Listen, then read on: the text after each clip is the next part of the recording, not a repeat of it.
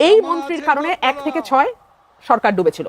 এখন আমি দেখি এই মন্ত্রী, যাকে খাম্বা মন্ত্রীও বলা যায়, 10 থেকে 12 ঘন্টা, সামটাইমস ইভেন মোর, কারেন্ট থাকে না। এবং বলা হয় যে তার ছিঁড়ে গেছে, মানে আশুগঞ্জের, আমি আমার এলাকায় বলছি, বিদ্যুৎ কেন্দ্রের কোনো সমস্যা হয়েছে, এক্সেট্রা এক্সেট্রা।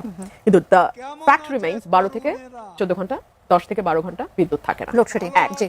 2 হচ্ছে ফ্যাক্ট রিমেইনস মানুষের 2 গুণ 3 গুণ 4 গুণ পর্যন্ত বিদ্যুৎ বিল গত 2 মাসে বেশি এসছে। এখন পর্যন্ত সরকারের তরফে আমরা কোনো জবাব শুনি নাই। ফ্যাক্ট রিমেইনস 2001 থেকে 2006 যিনি বিদ্যুৎ প্রতিমন্ত্রী ছিলেন এবং যার কারণে সরকারকে ভয়াবহ ইমেজ সংকটে পড়তে হয়েছে, সেই মন্ত্রী ইকবাল হাসান মাহমুদ টুকুকে এখন ফুল মিনিস্ট্রি দেওয়া হয়েছে।